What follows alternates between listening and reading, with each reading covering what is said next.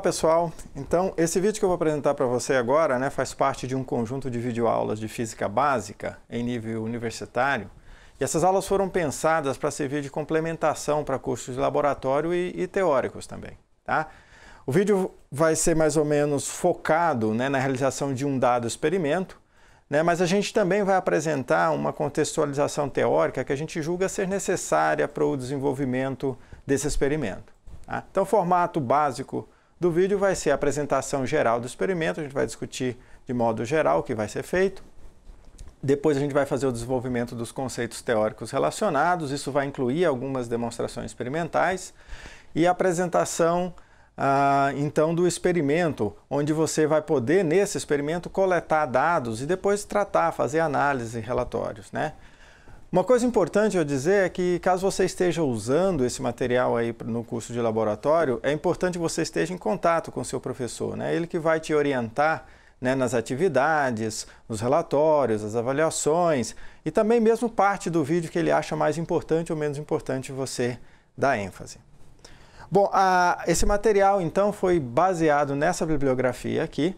Então a gente tem a parte teórica baseada nesses 4 livros que estão mencionados aqui e a parte experimental ela foi toda baseada no livro de práticas do Laboratório de Física 2 aqui do Instituto de Física de São Carlos. Esse livro vem sendo desenvolvido desde a fundação do Instituto, tem contribuição de vários professores ao longo do tempo. A última compilação do livro foi feita pelo professor Schneider com alguma participação minha aí. Se você não tem acesso direto a essa apostila, você pode entrar nesse link aqui que eu estou mostrando, onde você pode fazer o download do PDF dessa apostila. Então vamos ao vídeo. Então o tema é rotação de corpos rígidos e conservação de momento angular. E nesse vídeo aqui a gente vai discutir um pouquinho o tópico de conservação do momento angular no movimento de corpos rígidos. Meu nome é Eduardo Ribeiro de Azevedo, sou professor aqui do Instituto de Física de São Carlos. Bom, o nosso experimento principal vai ser um experimento de choque rotacional. O que eu quero dizer com isso? Basicamente o que a gente vai fazer é o seguinte, eu tenho esse aparelhinho aqui, onde a gente tem um eixo, Essa roda que está aqui embaixo, é uma roda que está solidária a esse eixo, então a gente vai colocar essa roda para girar com uma certa velocidade. Então, inicialmente eu tenho essa roda girando, enquanto que esse outro cilindro aqui, também de aço, está parado. Então tem uma situação inicial e em algum momento a gente vai puxar esse pininho e esse cilindro vai cair e os dois sistemas então passam a girar juntos. A gente vai analisar então qual que seria a relação entre a frequência inicial e a frequência final e quais os parâmetros dinâmicos envolvidos nessa relação. Então o nosso objetivo aqui vai ser, e um desses parâmetros, o importante, é o momento de inércia das diferentes peças. Então a gente pode usar esse experimento, por exemplo, para obter esses momentos de inércia. Então esse vai ser o nosso objetivo principal, vai ser aquilo que a gente vai fazer lá no final da prática. Antes disso, é importante que a gente veja alguns conceitos que a gente vai usar no experimento para a gente entender melhor e conseguir realizar esse experimento e as análises de forma mais adequada. Vamos lá! Então eu gostaria de começar para vocês falando um pouquinho sobre segunda lei de Newton. Bom, segunda lei de Newton é uma das coisas, talvez a coisa mais importante da física, que foi formulada lá pelo Newton. E a segunda lei de Newton para translação, essencialmente, é uma relação entre causa e consequência. Quem é causa? A força. Toda vez que eu aplico uma força num sistema, esse sistema fica sujeito a uma variação de quantidade de movimento, a uma aceleração. Então a gente pode dizer que apliquei uma força no sistema, aparece então uma velocidade. Uma das maneiras da gente formular a lei de Newton, de fato foi a maneira original com que o Newton formulou, é definir a quantidade de movimento do sistema. Como é que é a quantidade de movimento do sistema, ou o momento linear do sistema, que é o produto da massa vezes a velocidade. Se eu tenho a quantidade de movimento, se eu tenho o momento linear, eu posso tomar a derivada desse momento linear no tempo, e mostrar que, na verdade, dp dt igual a ddt de mv, que é igual, se a massa é constante, é igual a m vezes dv dt. Só que dv dt é aceleração, então a gente tem aqui massa vezes aceleração. No caso de massa constante, isso aqui basicamente é o que a gente tem, que é a força aplicada. Então, uma maneira de falar da segunda lei de Newton para a translação é dizer que a força é igual à variação da quantidade de movimento no tempo. Na verdade, isso aqui é uma forma mais até geral de formular a segunda lei de Newton do que o famoso força igual a massa vezes aceleração, porque isso aqui vale inclusive para sistemas em que tem massa variável. Agora, o nosso interesse aqui, nesse vídeo, vai ser descrever movimentos de rotação. Então, o que muda quando eu falo de movimentos de rotação em termos de segunda lei de Newton? Né? Vamos supor agora que eu tenho aqui o mesmo objeto, todo mundo rodando aqui, só que agora esse objeto aqui vai fazer uma rotação em torno de um certo centro. Então, aqui está o centro de rotação, a distância do centro de rotação até o objeto eu vou dizer que é R, tá? R maiúsculo aqui, e esse objeto está com uma certa velocidade que pode depender do tempo. Para esse corpo girar, é necessário que haja uma aceleração centrípeta, ou seja, tem que ter alguma força que tenha componente que possa gerar essa aceleração centrípeta. Então, por exemplo, né, nesse caso aqui, eu tenho que ter alguém puxando esse corpo para dentro de modo que pelo menos uma das componentes da força seja responsável pela aceleração centrípeta, enquanto que a outra componente pode ser responsável pela variação do módulo da velocidade. Da mesma forma que eu posso definir o momento linear, a gente define, definindo um vetor aqui que vai desde o centro de rotação até o ponto de aplicação da força, tá? O que nós chamamos de momento angular. Momento angular é simplesmente o produto vetorial desse vetor, do centro de rotação ou da origem aqui até o ponto de aplicação da força, produto vetorial com o momento linear, que é a massa vezes a velocidade do corpo. Isso é uma relação vetorial, então como é que a gente pode obter a direção do momento angular, é uma grandeza vetorial, usando a famosa regra da mão direita que vale para qualquer produto vetorial. Basta eu esticar a mão aqui, a palma da mão, colocar ao longo do vetor R, como está aqui, e quando eu fechar as mãos, indo no sentido do vetor P, eu tenho então o dedão apontando para o sentido do produto vetorial, ou seja, nesse caso, para o sentido do momento angular. Por exemplo, aqui, o vetor R está nesse sentido, a força está nesse sentido, aplique a regra da mão direita e você vai observar que o momento angular vai estar entrando aqui no slide. Tá? Bom, o que acontece se eu tomar, então, assim como eu fiz lá para o momento linear, a derivada temporal desse momento angular? Isso aqui, basicamente, vai ser o ddt de R, produto vetorial com P. A gente pode usar a regra do produto para fazer essa derivada, vai dar dr dt, vetor P, mais R, vetor dp dt. Mas vejam, gente, olha, dr dt é a velocidade. Se eu tomo a velocidade, produto vetorial com momento linear, são dois vetores que têm a mesma direção. O momento linear é proporcional à velocidade, é igual a mv. Esse termo é zero. O que sobra, então, é que o produto vetorial entre R e dp dt. Poxa, mas dp dt, usando a segunda lei de Newton aqui, é igual à força. Então, basicamente, a variação do momento linear é o produto vetorial de R e a força. Tá? Pode escrever dessa maneira. Produto vetorial de R e força é a definição do nosso torque em relação a esse centro de rotação. Então, se eu tenho aqui, em relação ao centro de origem, não posso esquecer isso, porque tanto o torque como o momento angular, eles dependem da origem que você escolhe, Então, eu posso escrever para uma certa origem aqui, no caso, o centro de rotação, que o torque é a variação do momento angular no tempo. A gente diz, então, que isso aqui seria a formulação vetorial da segunda lei de Newton para a rotação. Mas eu descrevi aqui tudo simplesmente considerando como se esse corpo fosse uma partícula que girasse. Mas se eu tiver um sistema de partículas, se eu tenho várias partículas lá, cada uma numa posição, então definida aqui a posição pelo vetor R, tá? Como é que eu defino o momento angular desse sistema de partículas? Bom, basta eu pegar o momento angular de cada partícula e somar vetorialmente. É o que eu tenho aqui. Então vai ser L1 mais L2 mais Li até Ln do produto vetorial de Ri vetor Pi, somado sobre todas as partículas. Então, o momento angular de uma partícula somado sobre todas as partículas. tomando a derivada disso, né? Então, se eu pegar a derivada de dl dt, dessa momento angular total aqui, que é escrito dessa maneira, né? A gente pode mostrar, isso está mostrado lá no livro de vocês podem, qualquer uma das referências que a gente colocou lá no começo, vocês podem consultar e dizer, então, que a variação do momento angular é igual ao somatório dos torques externos, e só entram aqui os torques associado às forças externas, né? As forças internas, os torques não contribuem para essa variação do momento angular total.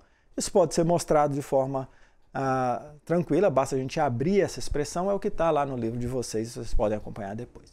Mas o importante aqui é, se eu tenho torque externo no sistema, eu tenho variação do momento angular. Então isso aqui é o que a gente vai chamar de segunda lei de Newton para a rotação.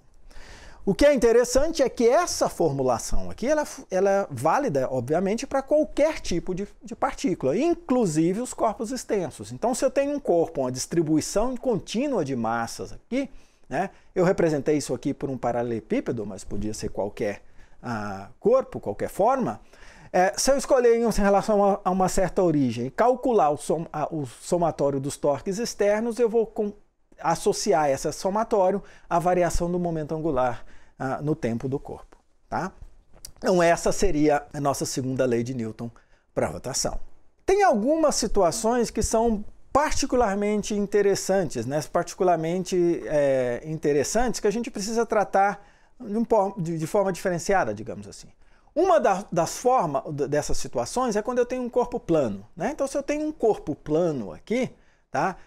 E escolho um eixo de rotação perpendicular a esse corpo aqui, de modo que a origem do meu sistema de coordenadas, que eu posso escolher onde eu quiser, mas eu vou escolher exatamente no corpo, né? Se a gente fizer esse tipo de escolha, então aqui tem um eixo x e y que estão no plano do corpo e o eixo z que é perpendicular aqui, né? Se eu pegar um elemento de massa lá e calcular o momento angular desse elemento, né? Então eu tenho um vetor r que vai da origem que eu escolhi até o elemento de massa, e esse corpo está girando em relação a um eixo perpendicular aqui, a velocidade vai estar em algum lugar perpendicular. Então eu tenho que o momento angular dessa partícula aqui vai ser simplesmente o produto vetorial de RI vetor PI, que eu posso escrever nesse caso aqui como sendo o módulo de R vezes o módulo de M vezes o módulo de V, e a direção, né, basta tomar esse produto vetorial, é a direção, no caso aqui, definida como Z,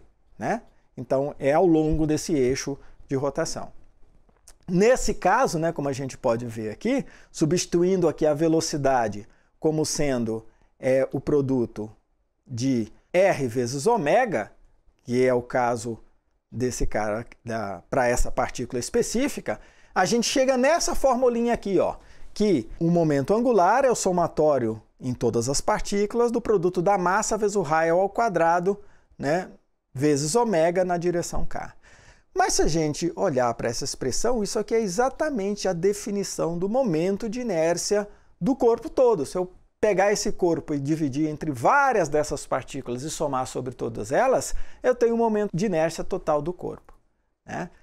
Essa situação, a gente tem uma situação similar quando eu tenho, por exemplo, a rotação em torno de um eixo de simetria de massas, ou seja, a distribuição de massas do corpo, tá, é simétrica em relação ao eixo de rotação. Então eu quero calcular o momento angular em torno de uma origem que está ao longo desse eixo, tá? Eu posso usar uma relação similar. Por quê? Porque basicamente o que vai importar vai ser a distância do elemento de massa até o eixo de rotação. E se isso é simétrico, eu sempre tenho uma componente aqui igual a essa. Então, o momento angular de um lado sempre é transversal, né, digamos assim, de um lado, e do outro se cancelam. Sobra o momento angular ao longo do eixo Z, que eu posso então calcular pela mesma fórmula. Momento de inércia em relação ao meu eixo de rotação vezes ômega, e a velocidade angular, K aqui nesse caso, seria o próprio eixo de rotação. A gente pode definir isso vetorialmente, né? Basta que eu defina a velocidade angular de forma vetorial. E a gente vai usar isso, a definição de regra da mão direita. Então, se o corpo gira, por exemplo, aqui nesse sentido, uso a regra da mão direita, como está mostrado aqui, eu tenho a velocidade angular apontando ao longo do dedo, nesse caso para cima. Se ele gira, por exemplo, aqui nesse outro sentido, usa a regra da mão direita, velocidade angular está para baixo. Usando essa formulação, a gente pode escrever nesses casos, né, ou movimento no plano, ou movimento em torno de um eixo de simetria, que o momento angular é o produto do momento de inércia vezes a velocidade angular vetorial. Nesse caso específico também, né, a gente pode escrever a segunda lei de Newton para a rotação de uma maneira um pouco diferente. Na verdade é a mesma coisa, mas eu tenho que notar nesse caso que a somatória do torque externo é a variação da componente z do momento angular, né? E essa componente z do momento angular, nesses casos, é igual a I vezes ômega.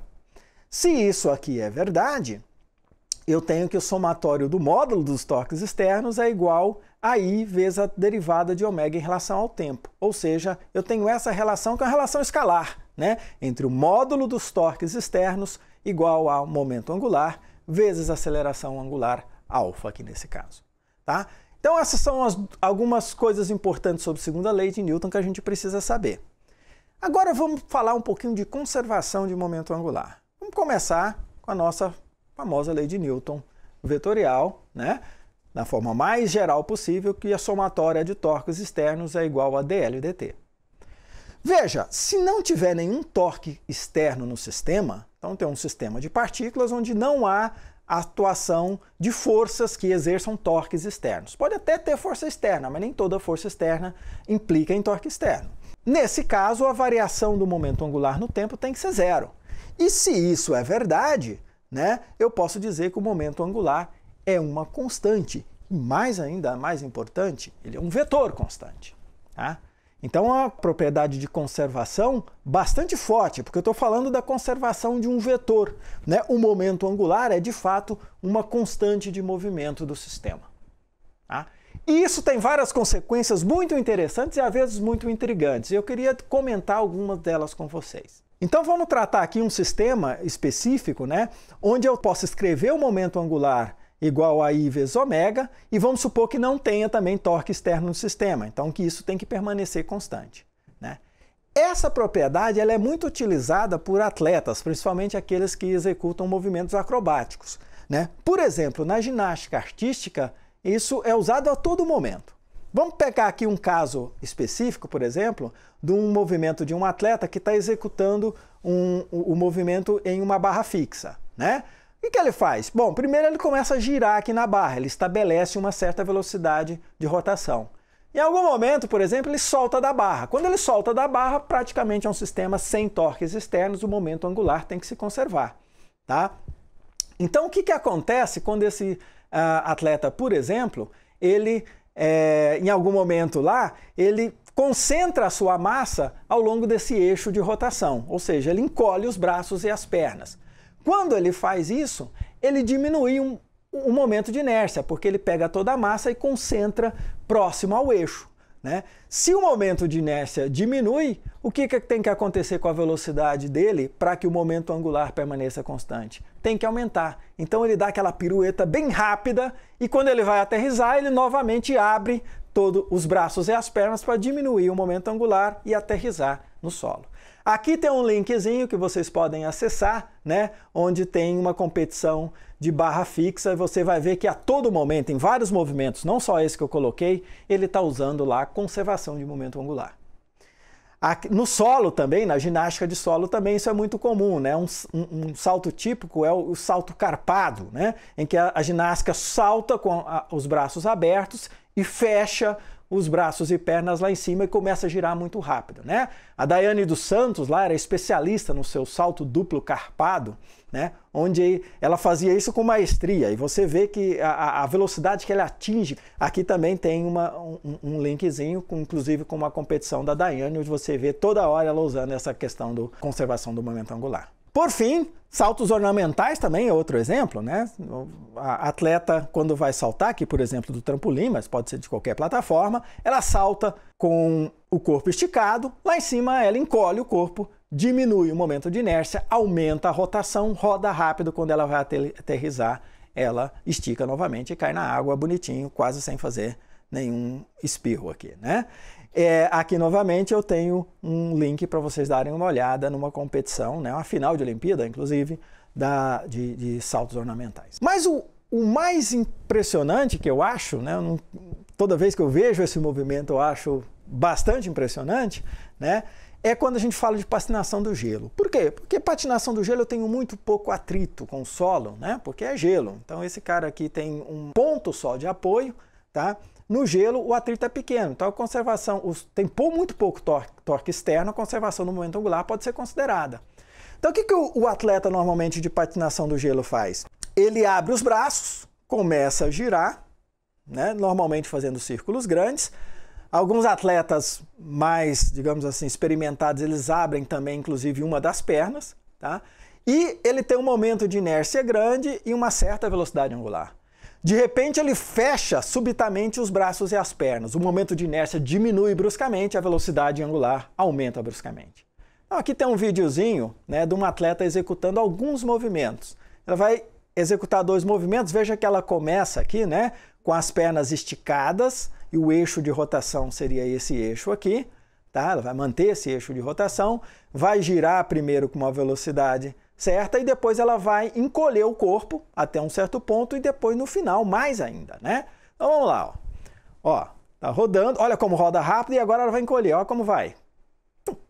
Impressionante a velocidade que ela atinge e essencialmente a consequência da conservação do momento angular.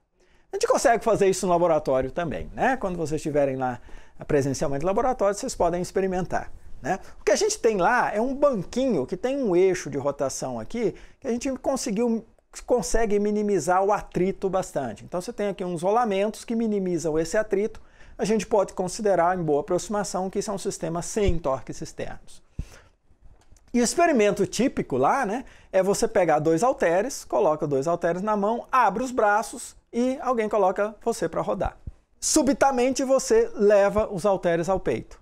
Com isso você diminui o momento de inércia e novamente a velocidade angular tem que aumentar. Eu fiz esse experimento lá para mostrar para vocês, tá? Então estou aqui com os braços abertos no banquinho giratório, tá? E esse cara vai rodar. Rodou. Quando eu fecho o halter no peito, olha lá, aumenta a velocidade. Abri, fica lento. Fechou, fica mais rápido. Tá? Novamente, consequência da conservação do momento angular. Outro experimento, né, que a gente pode fazer lá no laboratório, vou mostrar para vocês aqui, é o experimento da roda de bicicleta, né? Então, o banquinho giratório mais a roda de bicicleta. O que a gente tem aqui, basicamente, é um banquinho, tá? É também o mesmo banquinho de giratório, com muito pouco atrito aqui, então a gente pode considerar que o momento angular vai se conservar no sistema, banquinho mais, no caso aqui, uma mulher segurando uma roda, só que essa roda aqui vai estar girando, a gente vai começar com ela girando aqui na horizontal. Então o momento angular do sistema inicial, existe momento angular, que é o momento angular de rotação da roda, está na vertical, né? Só que o banquinho, a gente vai começar nessa situação com o banquinho parado, todo mundo paradinho. Tá? O que acontece quando a mulher pega a roda e levanta a roda? Certo? O que está acontecendo, na verdade, é que ela cria uma componente do momento angular ao longo do eixo Z, para cima. Né? Só que o sistema inteiro tem que conservar o momento angular, porque tem muito pouco atrito. O que vai acontecer? O banquinho vai começar a girar de modo a criar um momento angular contrário àquele, né, criado pelo movimento da mulher movimentando a roda para cima. Ou seja, o banquinho gira de acordo com o movimento. O conceito importante aqui, na verdade, é o seguinte, ó, ele te dá uma ideia clara da caráter vetorial dessa conservação, né? Porque eu já tinha o momento angular antes. O momento angular, a velocidade da roda, a roda nunca parou de girar.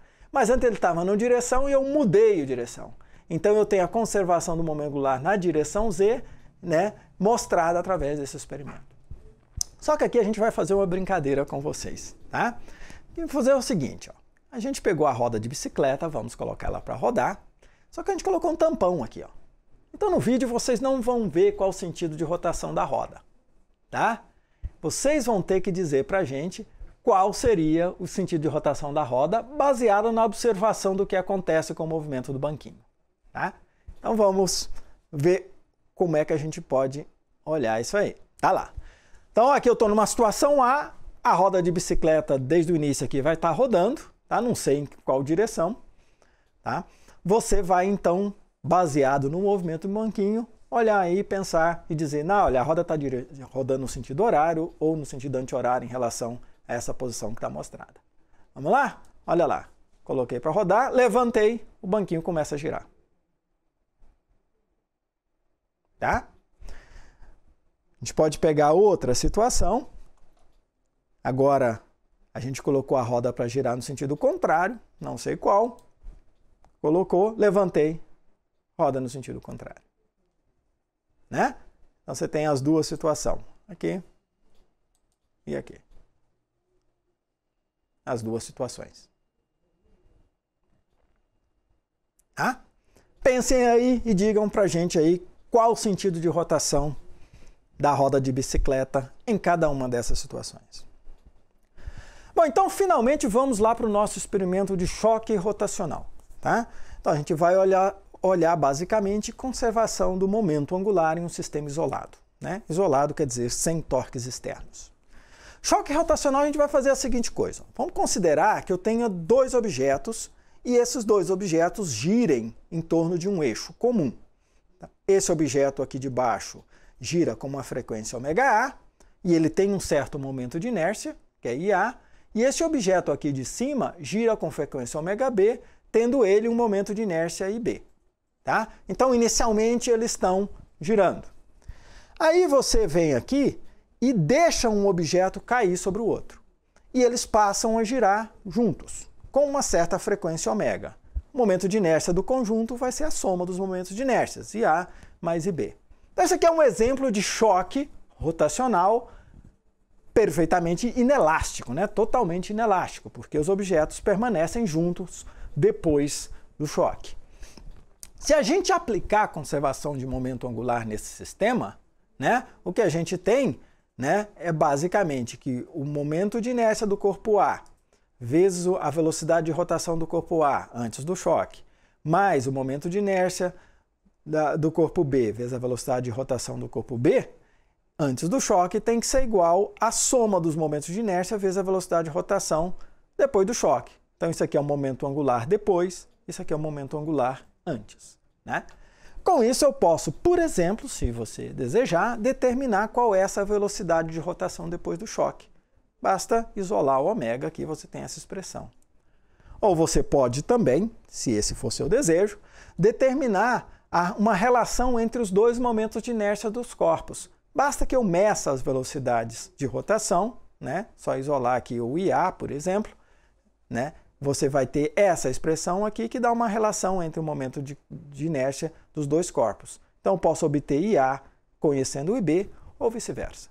Esse é o nosso equipamento, como eu já mostrei lá no começo para vocês, do choque rotacional. Eu tenho duas peças, tá? Essa primeira peça de cima eu vou chamar de peça 2, essa peça de baixo eu vou chamar de peça 1. Tá? Primeira coisa que a gente vai precisar fazer aqui nesse nosso experimento é determinar o momento de inércia, ou calcular o momento de inércia da peça 2. A gente tem aqui as dimensões, e aí a partir desse momento de inércia, nós vamos obter então o momento de inércia da peça 1, utilizando o princípio de conservação de momento angular no choque rotacional.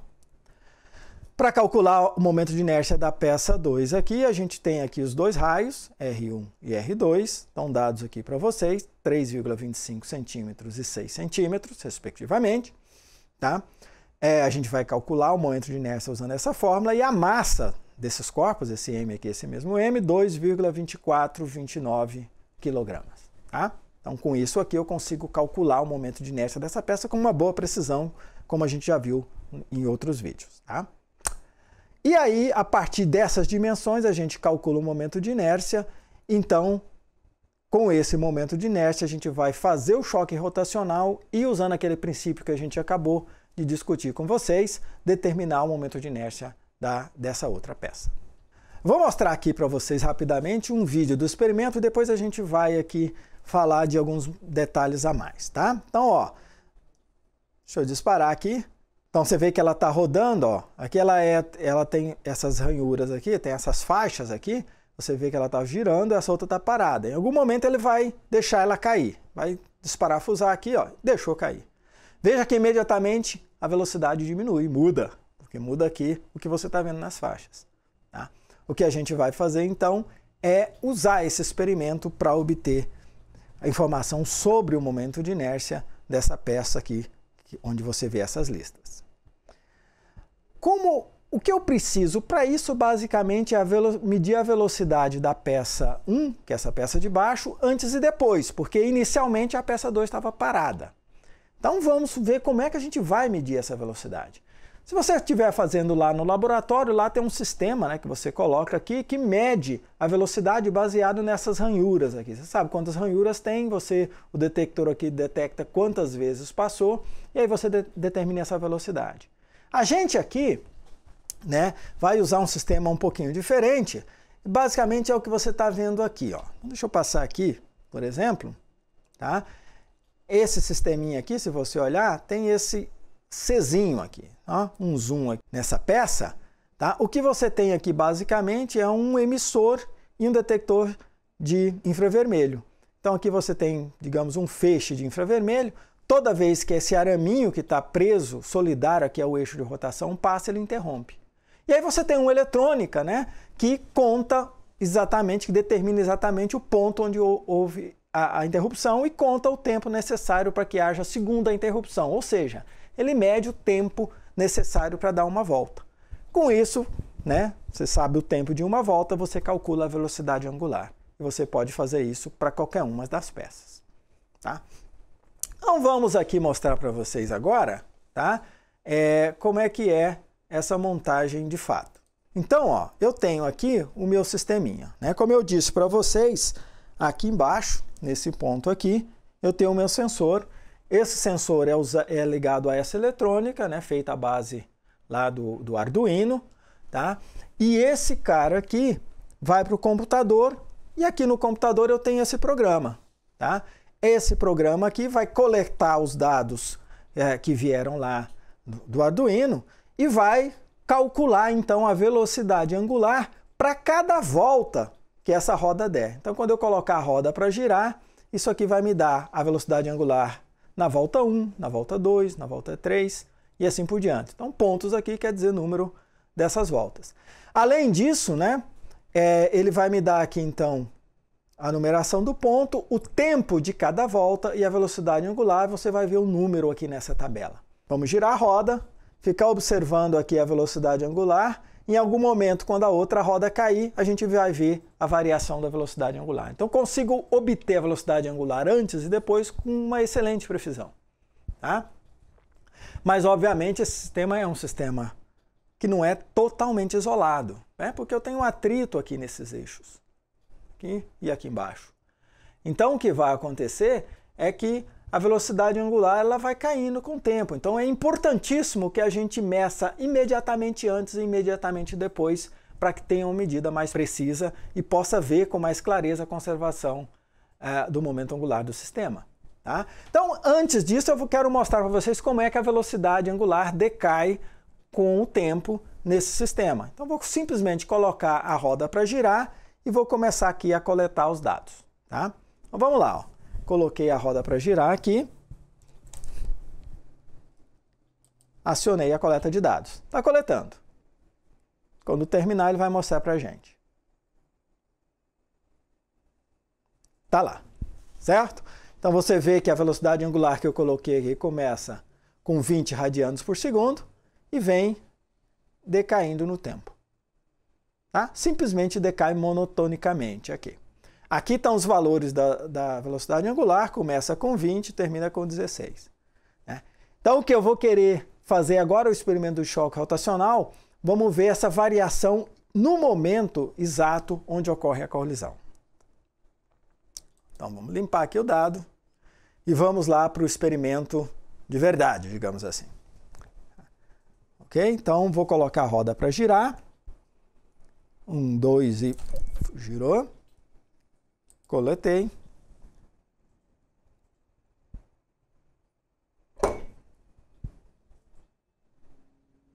Soltei. Daqui a pouco aparece o resultado. Tá lá, certo? Veja que a velocidade angular vem em um certo valor, de repente, pum, caiu lá para baixo. Se você olhar, ó, ela era mais ou menos aqui, não, mais ou menos não, quando caiu aqui no ponto 10, ela era 14,4, no ponto 11 ela foi para 7,45, né? Então ela cai praticamente para metade do valor que ela tinha originalmente.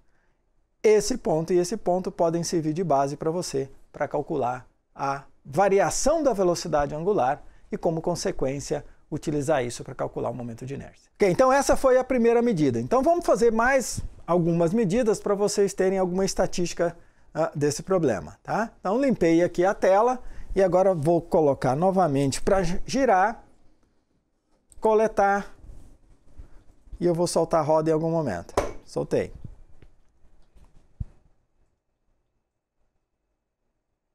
Ok? Segunda medida, observem os dados. Aqui, você pode usar. Vamos fazer mais uma medida. Vamos lá? Colocando a roda para girar na terceira medida. Coletar. Soltei.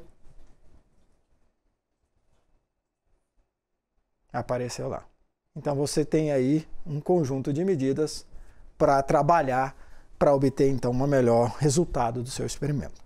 Então é isso aí, pessoal. Esse foi o experimento então que nós acabamos de fazer sobre choque rotacional. As análises que você vai precisar fazer, eu primeiro vou sugerir que você assista aos vídeos que eu disponibilizei o link para vocês aí, né? E faz uma breve resenha sobre o papel da conservação do momento angular na execução dos movimentos pelas atletas, né, que são mostrados naqueles vídeos. É bem interessante, tem várias coisas que aparecem lá que você pode entender agora melhor utilizando a conservação do momento angular. Depois, né, assumindo a conservação do momento angular e baseado no resultado da demonstração do banquinho da roda de bicicleta, você vai me dizer lá o sentido de rotação da roda nas duas situações que nós mostramos. Aproveita e faz uma discussão, né, sobre os princípios de conservação do momento angular, levando em conta o caráter vetorial e tudo mais. Terceiro, baseado nos resultados do experimento de choque rotacional, é importante você estimar o momento de inércia da peça 1, com os erros experimentais e baseado nas 3 medições que nós apresentamos para vocês. Por último, né, a gente pode agora comparar os valores obtidos para o momento de inércia da peça 1, lembra, a peça 1 era aquela peça que tinha o eixo, né, com aqueles obtidos no vídeo lá que nós mostramos com a roda de Maxwell, é a mesma peça, né? Então, compare esses resultados e você pode discutir qual método é melhor, né? Se esse método é melhor que aquele ou aquele é melhor que esse, e também com o próprio cálculo geométrico que você faz baseado nas medidas das dimensões e das massas. Então vamos lá, então o resumo do vídeo de hoje, né? Então nós mostramos a consequência da conservação do momento angular na dinâmica dos corpos rígidos. Nós utilizamos o princípio da conservação do momento angular em experimentos de choque rotacional para determinar o momento de inércia de um corpo, tá? E sobre todos os vídeos que a gente está fazendo aí sobre rotação de corpos rígidos, nós temos o vídeo lá de conservação da energia mecânica no movimento de corpos rígidos, temos o de conservação do momento angular em movimentos de corpos rígidos, que é o que a gente apresentou hoje. Também você vai encontrar lá um vídeo sobre a segunda lei de Newton para a rotação dos corpos rígidos. É isso aí, gente. Muito obrigado. Espero que tenham gostado do vídeo e bom trabalho aí na análise dos dados e na confecção do seu relatório.